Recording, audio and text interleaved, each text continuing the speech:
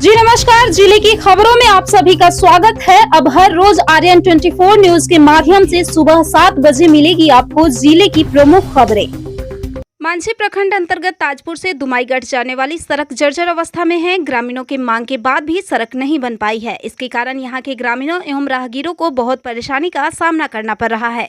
एक तरफ सड़क जर्जर रहने से जहां लोगों को परेशानी हो रही है, वहीं बारिश होने की वजह से सड़क के गड्ढे में जल जमाव हो जाने से सड़क पर चलना दुर्भर हो गया है, जिसके कारण अक्सर इस सड़क पर दुर्घटनाएं होती रहती है। बोले डॉक्टर साहब, क्या समस्या है? समस्या यह है कि ताजपुर चौक से लेकर दुमाईगढ़ घाट तक मुक्ति धाम रोड है। इसमें अनेकों शैक्षणिक संस्थान है और इस पर चलना ऐसा सड़क खराब हो गया है कि चलना फिरना मुश्किल है। रोज दुर्घटना कुछ न कुछ छोटी बड़ी होती है।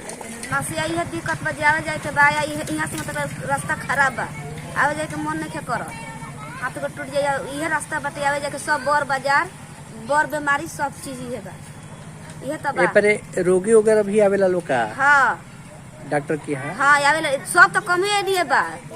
डॉक्टरी बाजार सब बैंक सब कम तो यही है बा। इधर कोई ध्यान नहीं देता है, कोई अधिकारी कोई नेता लोग आते हैं, झूठे समय वादा करके चले जाते हैं, लेकिन कोई इस पर ध्यान नहीं देते हैं। इस क्षेत्र में दो विधायक, एक एमपी सिरवाल जी हैं। इतने लोग हैं, 10-15 वर्ष हो गया। 15 वर्ष तक इस रोड पर किसी का ध्यान नहीं है। इस आधार पर चाहे सत्येंद्र यादव हो, चाहे श्रीकांत यादव हो, चाहे सिरवाल जी हो, किसी को वोट मांगने का अधिकार नहीं है। जिला कार्यक्रम पदाधिकारी समग्र शिक्षा सारण के आदेशानुसार आज उच्च विद्यालय नरहरपुर में प्राचार्य पंकज सिंह द्वारा 9th, 10th, 11th और 12th के छात्र छात्राओं को सहयोग से 9th कक्षा में नामांकन हेतु प्रभात फेरी का आयोजन किया गया। विद्यालय के प्रधानाचार्य ने बताया कि कोविड के बाद बच्चों का विद्यालय से जो दूरी बढ़ गई है, उसको कम करने का भी प्रयास है। साथ में 9th कक्षा में बच्चे अधिक से अधिक संख्या में नामांकन कराए, यह भी उद्देश्य है। शिक्षा विभाग बिहार सरकार के निर्देशानुसार 1 जुलाई से 15 जुलाई तक प्रवेशोत्सव विशेष नामांकन अभियान चलाया जाना है। इस अभियान का मूल उद्देश्य यही है कि उन बच्चों को विद्यालय से जोड़ना जो कक्षा 8 तक की पढ़ाई करके किसी वजह जो भी हो माध्यमिक विद्यालय तक नहीं पहुंच पाते हैं, हाई स्कूल तक नहीं पहुंच पाते हैं। अब इसमें हाई स्कूल के या जो उच्चतर माध्यमिक विद्यालय हैं, इन लोगों के प्रधान और शिक्षकों की भी यह एक नैतिक जिम्मेदारी है, विभागीय तो है ही, नैतिक जिम्मेदारी भी बनती है कि उन पढ़ाई से वंचित बच्चों को जो हमारे 9 में एडमिशन नहीं ले पाते हैं, उनको जागृत करें, साथ साथ समाज को जागरूक करें, अभिभावकों को जागरूक करें और उन बच्चों को हम अपने से जोड़ें ताकि वो किसी भी वजह से पढ़ाई से वंचित न रह सकें।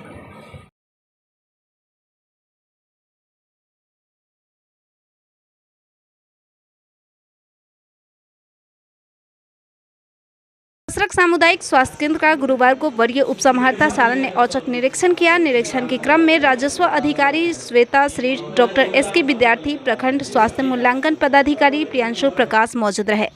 निरीक्षण के दौरान स्वास्थ्य सेवाओं में भारी कमी देख वे नाराज दिखे। वहीं उन्होंने पूरे परिसर का घूम कर मुआयना किया। वहीं दवा भंडार कक्ष, अस्पताल की साफ सफाई, पेयजल व उपलब्ध स्वास्थ्यकर्मी के अलावा विभिन्न पंचायतों में अनियमित खुलने वाले उप स्वास्थ्य केंद्र का जायजा लिया और सरकार द्वारा उपलब्ध सुविधाओं में कमी को संज्ञान में लिया। नेपाल के वाल्मीकि बराज से पानी छोड़े जाने के बाद सारण तटबंध के भावनपुर पृथ्वीपुर में कटाव शुरू हो गया है। ग्रामीणों ने बताया कि लगातार पानी की बढ़ोतरी के साथ ही पानी की धार से कटाव होने शुरू हो गए हैं।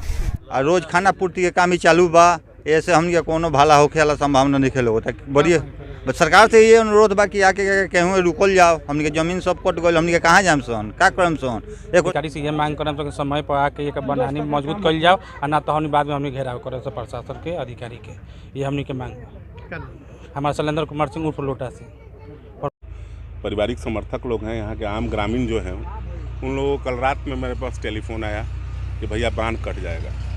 मेरे बड़े पिताजी पूर्व सांसद प्रभुनाथ बाबू इस क्षेत्र का 4 बार सांसद रहे हैं। मेरे चाचा जी विधायक रहे हैं, मेरे बड़े पिताजी भी विधायक रहे हैं। इस नाते इस इलाके से काफ़ी लगाव रहा है और मुझे जब टेलीफोनिक सूचना मिली तो मैं तत्पर होकर यहाँ पर आया। यहाँ पर आकर जब मैं देखा हूँ तो जियो पैकिंग जो चल रही है, मुझे लगता है कि बहुत धीमी रफ्तार में काम चल रही है। सारण के जितने भी उच्च स्तरीय पदाधिकारी अगर देख रहे हो तो कम से कम यहाँ पर आकर कैंप कर गांव वालों की फसल, गांव वालों का जो भी रोजी रोजगार जो साल भर में कमाते हैं सब दह जाता है। एक इंसानियत के नाते उन लोगों को आना चाहिए, यहाँ पर कैंप कर यहाँ लोगों का मदद करना चाहिए। मैं एक बात कहना चाहता हूँ कि जितने भी पदाधिकारी हैं अगर उनका घर डूब जाता है तो क्या 6,000 में आपका घर चलता है?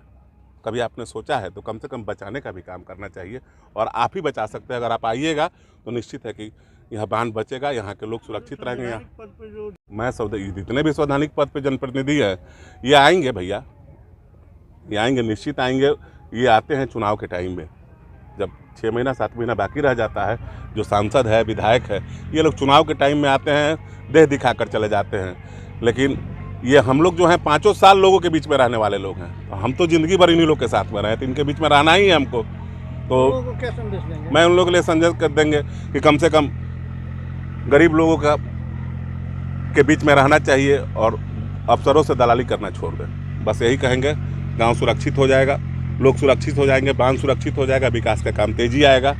जब तक दलाली करते रहेंगे तो निश्चित है कि ना पदाधिकारी आपका सुनेगा, ना गांव का काम होगा, ना बांध ये जो ढह रहा है ये ना बच पाएगा। आप अगर ये छोड़ देते हो निश्चित है कि ये बच जाएगा और यहाँ पर हज़ारों फसल, जो हज़ारों एकड़ जो ज़मीन है वो डूबने से बच जाएगा। यहाँ के गाँव के जो नौजवान लड़के हैं वो रोजी रोटी के तलाश में जो इधर उधर भटकते हैं, सबको कहीं ना कोई कुछ आशा है। और बाढ़ बहुत बड़ी चिंता का सब्जेक्ट है हमारे इस एरिया के लिए, पानापुर एरिया के लिए। क्या लगता है कितना सुरक्षित? छपरा की सविता ने 30 दिन में उमलिंग चोटी पर साइकिल से चढ़ाई करने वाली पहली महिला बनी। सारण जिला के होनहार नौजवानों ने अपने काबिलियत और हौसलों की बदौलत एक से एक कीर्तिमान स्थापित किया है। इसी क्रम में छपरा की बेटी ने अपने हौसलों से भारत के सबसे ऊंचे मोटर रोड चोटी उमलिंग पर साइकिल से चढ़ाई किया है। 5 जून को दिल्ली से शुरू इस यात्रा को सविता ने 28 जून को उमलिंग में समाप्त किया है। फिलहाल आज की खबरों में इतना ही।